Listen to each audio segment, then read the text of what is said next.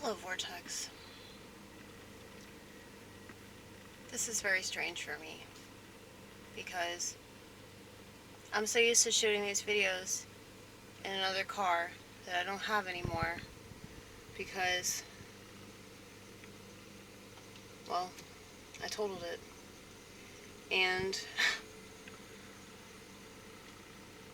it makes me very sad.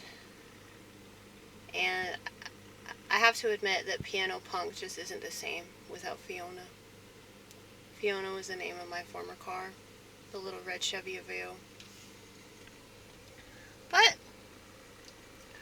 luckily, I have boomer parents that believe in leaving something behind for their children. I'm not saying that they're going to give me this nice ass luxury car, but they just might do that. Something tells me that they might do that. But we should never expect that sort of thing, because I'm very lucky to be in the position that I'm in. Just look at this, you guys.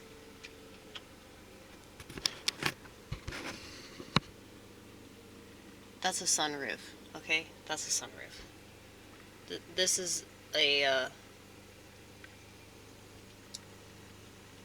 Mini Cooper, okay? See? That's like the Steak and Shake logo. Isn't that weird? But you know, people that see me drive this car, they say, man, it makes perfect sense that you drive it because you're a very tiny person. So,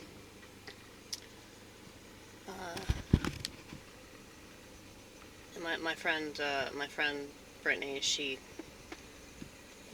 loves me very much. That's why she provided me this little note. Yeah. So I wanted to let you guys know that we're attempting to move on. Moving on, blah blah blah blah blah. Moving on is not really my forte, cause we've pitched.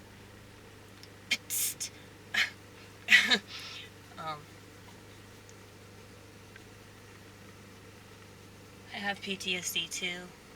I call it pre-traumatic stress. So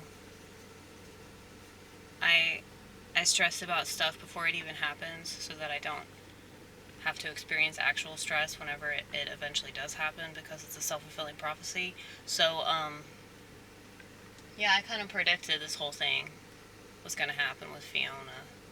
It's so weird because just a few days prior to that accident, I was thinking to myself, man, that would really, really suck to be in a car accident. And then, boom. So, I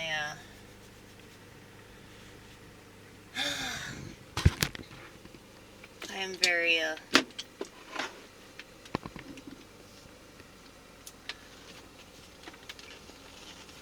I'm very intuitive that way.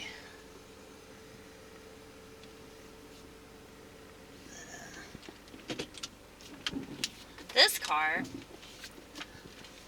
makes a little dingy sound whenever I prove how much I hate Ronald Reagan. Okay? Just wait for it. It's gonna start dinging in a second.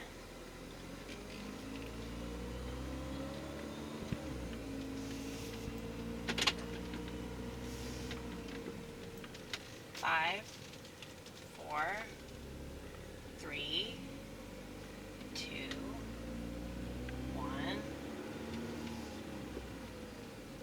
My timing isn't always impeccable, okay? Most of the time it is, though. Just not when I drive, obviously. You know? I don't think that my timing would be so impeccable on stage if it were better in real life. There you go.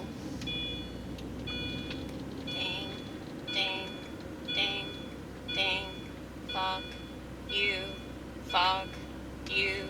Fuck you. Fuck you. fuck you, fuck you. Eventually it'll stop. Because it'll get tired of listening to itself.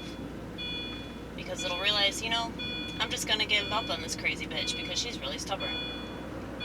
I think it takes a minute though. I don't remember exactly how long, but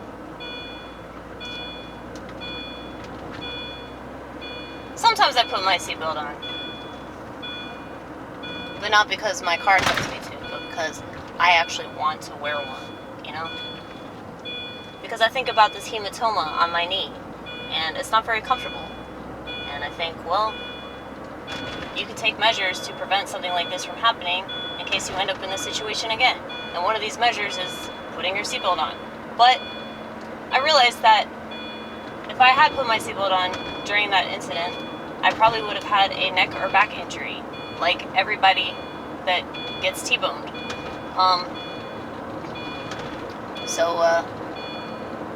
Yeah.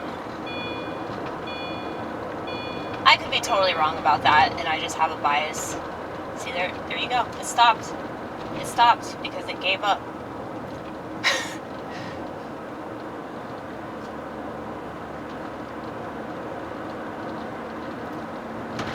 See, people need to be stubborn. They need to be stubborn in their way of life. And because they're not stubborn in their way of life, they get exploited, okay? They get exploited because they're easy to exploit. And a part of me does feel sorry for them because they don't realize that they have the choice to not be exploited. But they'd have to be inconvenienced, and they'd have to, take measures to avoid certain things. And it's kind of an obstacle course, Like not having a smartphone is somewhat of an obstacle course, especially now.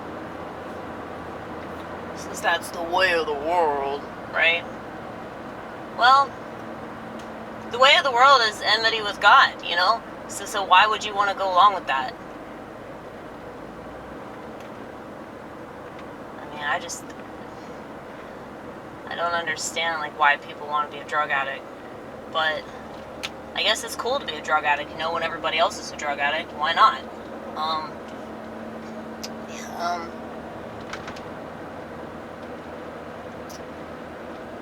I never got accustomed to having a smartphone, though. That's the difference between me and, all these people is, they are totally immersed in internet culture, and I'm not, because I fucking hate the internet. I think it's useful. I think it can be a good thing when you use it right, but most people don't, so it's not a good thing. And I know I mention this a lot, but I'm gonna keep talking about it because it's always gonna be relevant, man. I'm probably more relevant than every last motherfucker that you see on the internet, because I'm talking specifically about what literally everybody is doing. And everybody is going to make up excuse after excuse after excuse as to why we have to keep going down this self-destructive path. And I'm going to call you out on your bullshit and yell at you and say that you're a fucking hypocrite, because that's what you are. I get that not everybody's in the position where they could just, get rid of their smartphone. I understand that. But there's still things that you could do to make yourself less dependent on it. And you know that. But I think that you just want to be a crackhead.